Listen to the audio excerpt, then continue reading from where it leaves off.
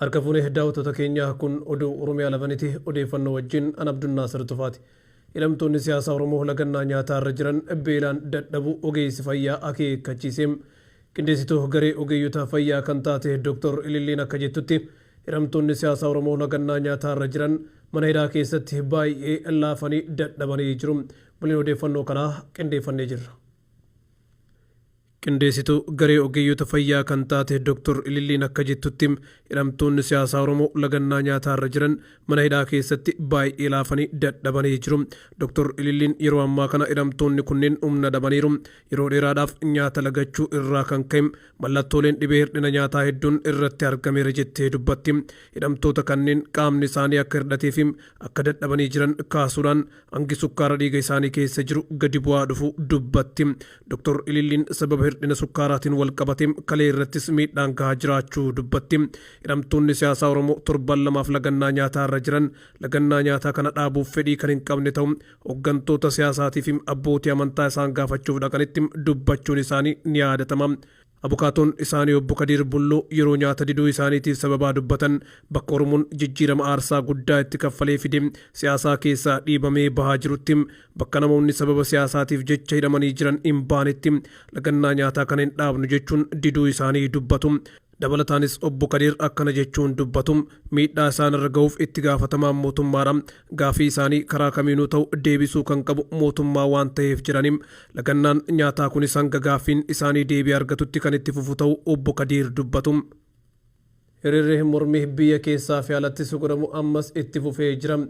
Hiriirri deeggarsa hidhamtoota siyaasaa Oromoo lagannaa nyaataa irratti argamaniif godhamuu fi hiriirri mormii mootummaa biyya bulchaa jiru irratti taasifamaa jiru ammas itti fufee jira. Gabaasa dabalataa akka itti aanutti qindeeffannee jirra. Hiriirri deeggarsa hidhamtoota siyaasaa Oromoo lagannaa nyaataa irratti argamaniif godhamuu fi hiriirri mormii mootummaa biyya bulchaa jiru irratti taasifamaa jiru ammas itti fufee jira. Guyyaa har'aa godina Harargee Bahaa aanaa Dirree Xayyaaraatti hiriirri mormii cimaan geggeeffamee jira.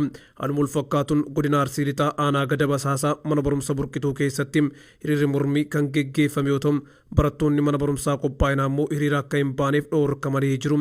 Arsii aanaa Gololchaa mana barumsaa Guutamaa Hawaas keessattis hiriirri deeggarsa hidhamtoota siyaasaa Oromootiif godhamu geggeeffamee jira. Gama birootiin immoo biyya hortee waaqoo guutuutii fi Haji Adamsaa Addoo Baalee Roobeetis hiriira mormii cimaa irra oolanii jirani. Haaluma wal fakkaatuun dhalattoonni Oromoo biyya Kaanaadaa Kaalgaarii jiraatanis hiriira mormii konkolaataadhaan geggeessanii jiru.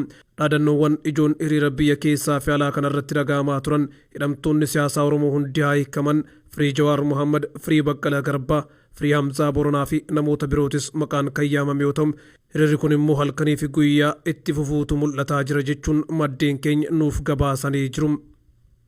Waldaan Sikkoo Mandoo Ameerikaa kaabaatti argamu ibsa ejjannoo baasee jira. Waldaan Sikkoo Mandoo Ameerikaa kaabaatti argamu guyyaa kaleessaa fulbaana 10 bara 2021tti hidhamtoota siyaasaa Oromoo lagannaa nyaataa irratti argaman ilaalchisee ibsa ejjannoo baasee jira. Gabaasni akka itti aanutti isiniif dhiyaata. Qabsaa'onni Oromoodha osoo lubbuudhaaf jiran saba isaaniitiif qabsaa'u. Oromoon bal'aan garuu qabsaa'ota isaatiif erga du'anii booda qabsaa'u. Waldaan Sikkoo Mandoo Ameerikaa kaabaatti argamu guyyaa kaleessaa fulbaana 10 bara 2021tti hidhamtoota siyaasaa Oromoo lagannaa nyaataa irratti argaman ilaalchisee ibsa ejjannoo baasee jira. Waldaan kun ibsa ejjannoo kana kan baases bakka manguddoonni biyyaa abbootiin amantaa garaagaraa dubartoonni keessummoonni kabajaa fi miidiyaawwan Oromoo affeeraman argamanitti ture. Sagantaan ibsa ejjannoo kunis eebba abboota amantaatiin kan jalqabame yoo ta'u keessummoonni kabajaa saganticha irratti affeeramanii turanis walduraa duubaan haasaa gaggaarii taasisanii jiru. Walumaa galatti haasaan waltajjii kanarratti taasifame dhimma hidhamtoota siyaasaa Oromoo lagannaa nyaataa irratti argaman kanneen hawaasa isaaniitiif jecha lubbuu isaanii qaalii wareegama taasisuudhaaf mana hidhaa keessatti argaman osoo lubbuudhaan jiran haa dhaqqabannu sagalee haa taanuu fi kan jiran turaniim. Dabalataanis hawaasni Oromoo hoogganaa isaaf jecha lubbuu fi kenne cinaa dhaabbachuu akka qabus akeekkachiisanii jiru.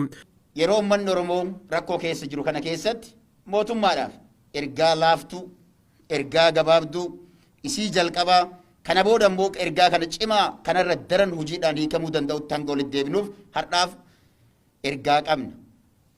Ergaan kun ibsa ejjennoo waldaa hawaasa Sikkoo Mandoo haala hidhamtoota siyaasaa Oromoo ilaalchisee bahe.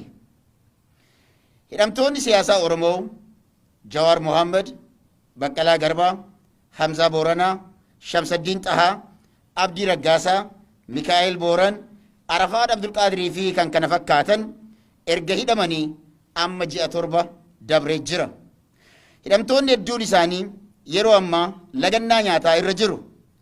Laguu kanaanis guyyoota 13 dabarsanii waan jiraniif guyyaadhaa gara guyyaatti fayyaan isaanii gadi bu'aatti deemaa jira. Kanaanis hospitaala seenaat akka jiran argutti jirra. Waldeen Sikkoo Mandoo dubbiin kun ni jijjiirama jennee osoo eegnu sadarkaa cal'isuu hin dandeenye irra geenyee jirra.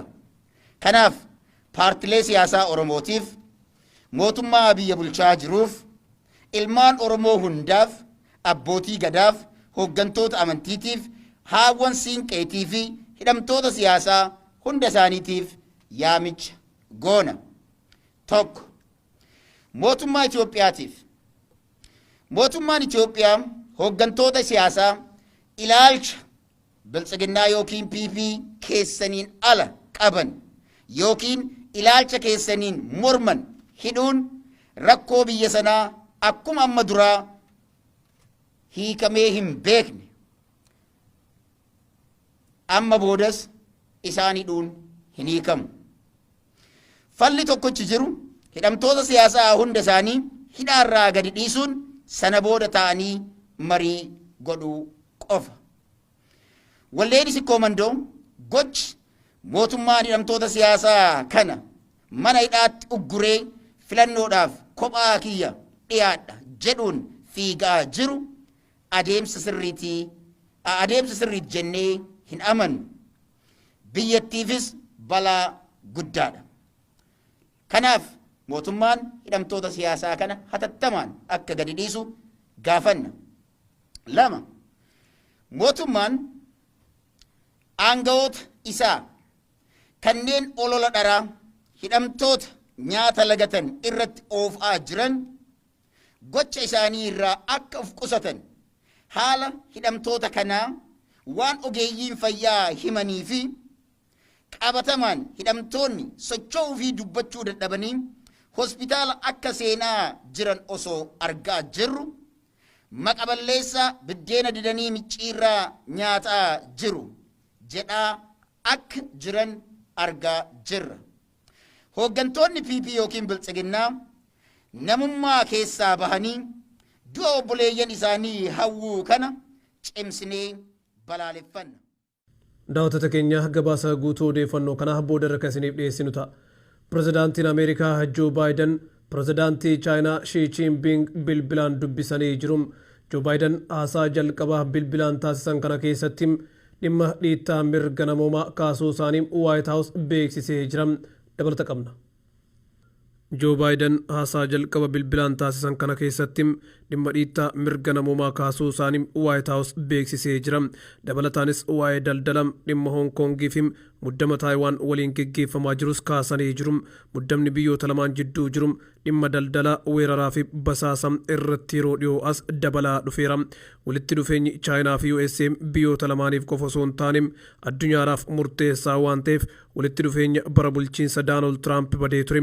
Bara bulchiinsa haaraa kana akka fooyya'uuf Beejiing irra deddeebiin gaafataa turte. Joo Baayiden haasaa bilbilaatiin booda karaa fuula tiwutarii isaaniitiin har'a pirezidaantii Chaayinaa wajjin dhimma diinagdee, dhimma sarbama mirga namoomaa fi dhimma Taayiwaan irratti kan haasofnee fi uummata Ameerikaa wanta fayyadu taanaan wajjin akka hojjannu itti himeera jechuun maxxansanii aanga'oonni lamaanuu waa'ee weerara COVID-19 irratti yaada kan wal jijjiiran yoo ta'u waa'ee rakkina fayyaa addunyaa jijjiirama qilleensaatii fi ittisa tamsa'uu meeshaa waraanaa irratti mari'atanii jiru. Akka TV'n CCTV gabaasetti hooggantoonni lamaan walitti dhufeenya dachaa fi dhimmoota idil addunyaa fi naannoo gurguddoo irratti yaada wal jijjiiranii jiru jechuun CNN gabaasee jira. Egaa kabajamtoota daawwattoota miidiyaa Oromiyaa 11 odeeffannoon har'aaf qabnu kanuma turtii gaarii.